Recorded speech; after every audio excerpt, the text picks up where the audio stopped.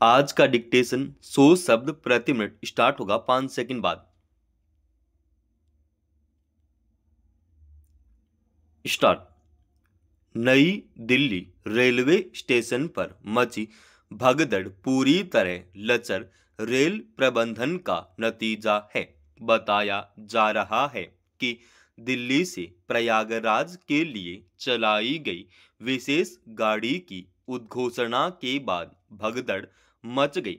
Station पर रोज की तुलना में कई गुना भीड़ जमा थी। उद्घोषणा सुनते ही लोग एक से दूसरे प्लेटफार्म पर पहुंचने के लिए धक्का मुक्की करने लगे।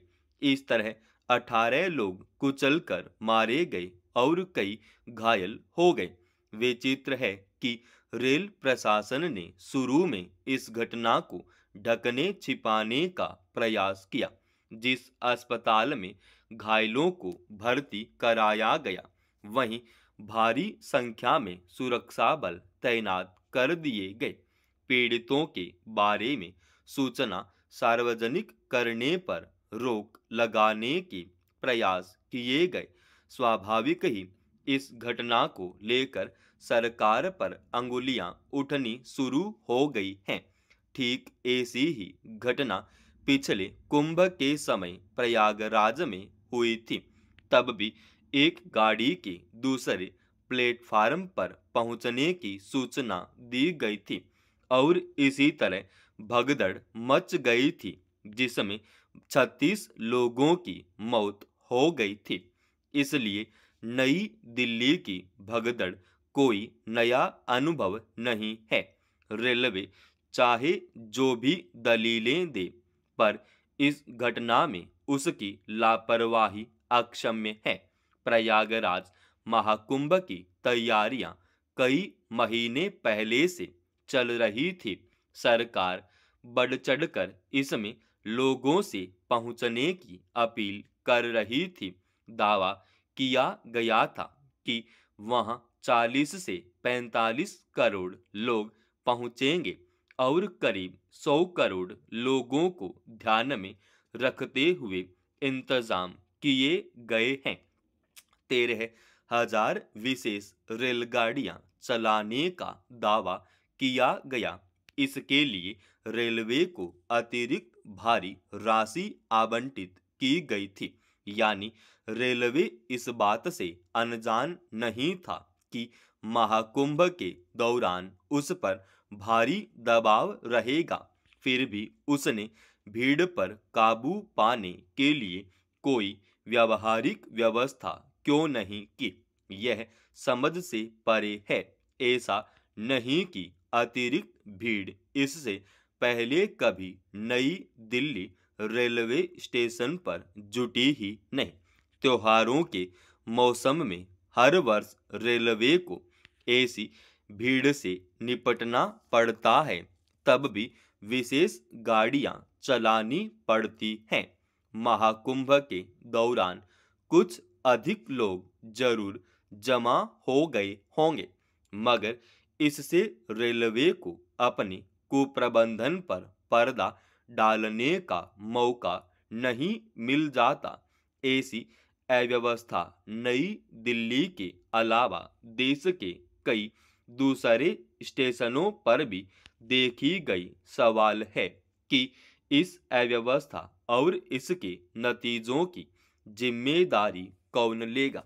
रेलवे की दलील है कि नई दिल्ली रेलवे स्टेशन पर बढ़ती भीड़ को देखते हुए उसने विशेष गाड़ियां चलाने का फैसला किया था। यह भी विचित्र बात है कि कोई भी गाड़ी इस तरह बिना पूर्व सूचना और तय कार्यक्रम के नहीं चलाई जाती।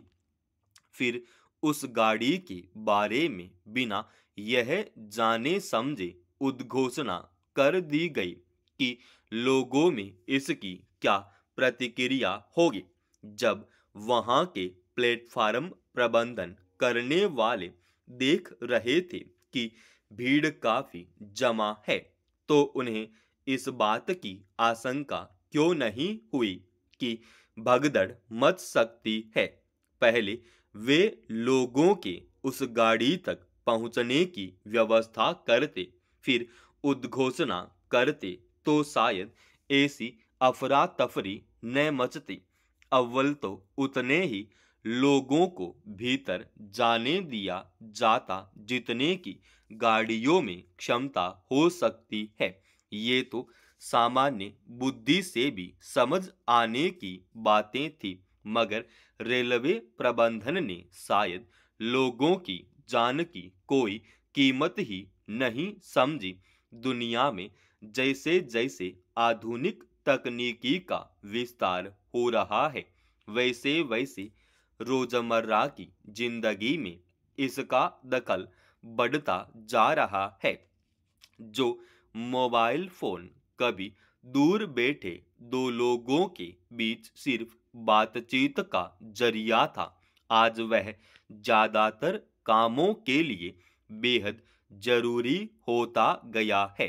अब तो इसके बिना पढ़ाई लिखाई की बात भी अधूरी लगने लगी है।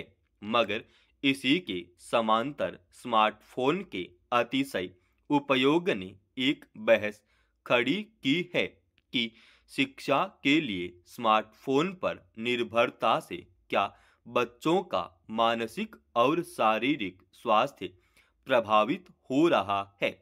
संयुक्त राष्ट्र शैक्षिक वैज्ञानिक एवं सांस्कृतिक संगठन यानी यूनेस्को की वैश्विक शिक्षा निगरानी टीम के मुताबिक वैश्विक स्तर पर 2024 के अंत तक पंजीकृत कुल शिक्षा प्रणालियों में से 40% ने विशेष कानूनों या नीतियों के जरिए स्कूलों में स्मार्टफोन पर प्रतिबंध लगा दिया है।